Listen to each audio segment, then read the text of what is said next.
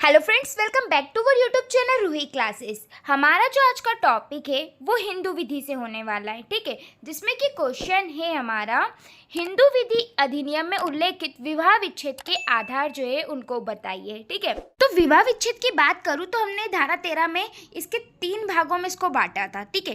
पति एवं पत्नी दोनों को समान रूप से प्राप्त तलाक के आधार, जो कि हम फर्स्ट पार्ट में पढ़ चुके हैं।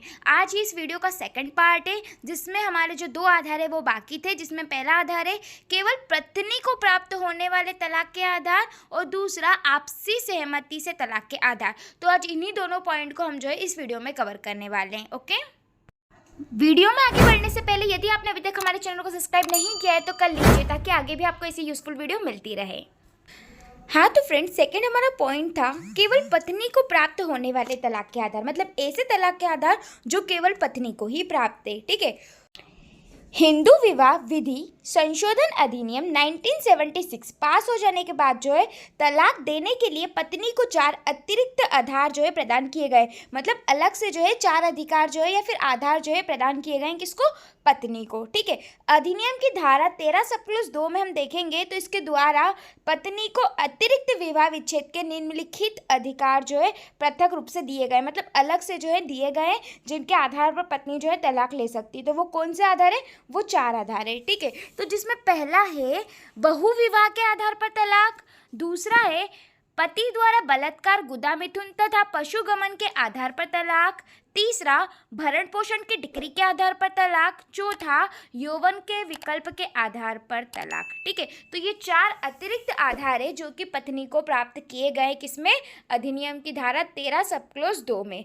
तो अब इनको हम डिटेल से पढ़ेंगे। तो पहला है हमारा बहुविवाह के आधार पर तलाक। पत्नी विवाह विच्छेद के लिए तलाक की याचिका इस आधार पर प्रस्तुत कर सकती है कि पति ने अधिनियम के प्रारंभ होने से पूर्व पुनः विवाह कर लिया था, अथवा विवाह के पूर्व पति द्वारा विवाह की गई कोई पत्नी विवाह के समय जीवित थी। यह आधार तभी लागू होगा जब उसकी दूसरी पत्नी याचिका प्रस्तुत करते समय जीवित हो। मतलब कि इस आधार पर भी पत्नी तलाक ले सकती है कि एक पत्नी के होते या एक पत्नी के जीवित होते जो है पति ने पुनः विवाह कर लिया है, ठीक है। मतलब दूसरा विवाह कर लिया है, एक से अधिक विवाह कर लिया है, तो इस आधार पर भी जो है पत्नी जो है तलाक ले सकती है, ओके। इस पॉइंट को और अच्छे समझने के लिए हमें केस देखेंगे, जिसका कि नाम है श्रीमती निर्मू वर्सेस निक्कर राम। इस बात में क्या होता है, तो इस मामले ने कोर्ट ने कहा कि अधिनियम से पूर्व पति के द्वारा दूसरा विवाह कर लेने पर यदि प्रथम पत्नी पति के साथ समझौता करके रहने लगती है, मतलब अधिनियम नहीं आता उससे पूर्व जो है अगर पति दूसरी शादी कर लेता है और पहली पत्नी जो है वो पति के साथ समझौते के द्वारा है ना साथ में रहने लगती है कि हाँ चलो ठीक है, तो यह तथ्य जो है पत्नी के तलाक याचिका प्रस्तुत करने के अधिकार को समाप्त नहीं कर देता। मतलब कि अगर साथ में रह रहे हैं लेकिन अगर पत्नी चाहे कि मैं इस आधार पर तलाक लूँ बाद में, तो वो ले सकती है, ठीक है। इस तथ्य के मतलब समझौते के तथ्य के आधार पर जो उसका राइट जो है वो समाप्त नहीं होगा, वो रहेगा, ठीक है। वो चाहे तो ले भी सकती है और नहीं चाहे तो नहीं भी लेगी। आगे हमारा सेकंड पॉइंट जो है वो है पति द्वारा बलात्कार, गुदा मिथुन अथवा पशुगमन करने के आधार पर तलाक, ठीक है। तो यदि पति बलात्कार, गुदा मिथुन अथवा पशुगमन के अपराध का दोषी हो तो इन आधार पर भी पत्नी जो है तलाक की डिक्री जो है प्राप्त कर सकती है। अब ये बलात्कार को कहाँ पर परिभाषित किया है, तो इसको भारतीय दंड संहिता की धारा 375 और बाकी जो हमारे 2 है मुद्दागुथन और पशुगमन, इनको भारतीय दंड संहिता की धारा जो है 377 में जो है परिभाषित किया गया है, ओके। अब हम देखेंगे हमारा थर्ड पॉइंट जो कि है भरण पोषण की डिक्री के आधार पर तलाक, ठीक है।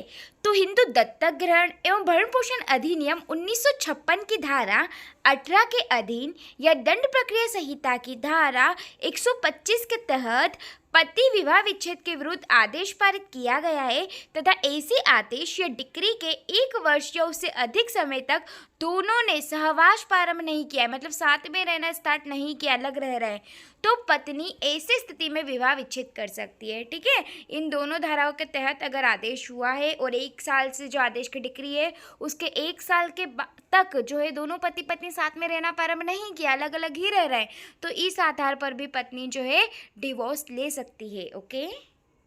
लास्ट हमारा पॉइंट है यौवन के विकल्प के आधार पर तलाक। ठीक है, तो जहाँ किसी स्त्री का विवाह 15 वर्ष की आयु के पूर्व हो गया है, मतलब 15 वर्ष की भी नहीं है स्त्री और उसके पहले उसकी शादी हो गई है, ठीक है, और उस आयु को पूरा करने के बाद किंतु 18 वर्ष की आयु के पूर्व विवाह को निराकृत कर दिया जाता है, तो पत्नी को विवाह विच्छेद करने का अधिकार प्राप्त हो जाता है। मतलब इस आधार पर भी जो है पत्नी डिवोर्स ले सकती है।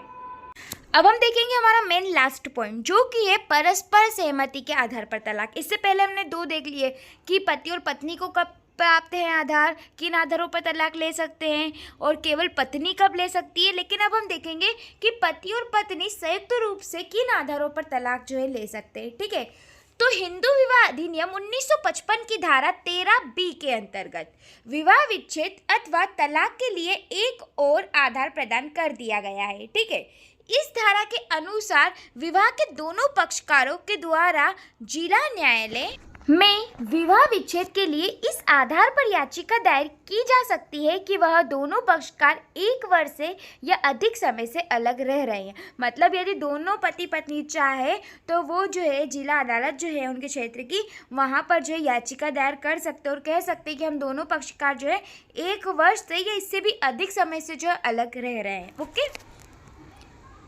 वे एक साथ नहीं रह सकते और आपस में तय कर चुके हैं कि विवाह विघटन कर दिया जाए। मतलब कि वो दोनों आपस में जो है अब नहीं रह सकते और उन दोनों ने सोच लिया है कि अब हम जो है विवाह विघटन कर ले। ठीक है, ऐसी याचिका प्रस्तुत किए जाने के 6 माह के बाद तथा 18 माह के पूर्व दोनों पक्षकार द्वारा किए गए प्रस्ताव पर यदि याचिका वापस नहीं ली गई तो न्यायालय पक्षकार की सुनवाई करने तथा इस प्रकार की जांच करके जैसा वह उचित समझे, यदि इस बात से संतुष्ट है कि विवाह का विघटन करना आवश्यक है तो वह उस विवाह की टिकरी की तिथि से विघटन कर सकता है।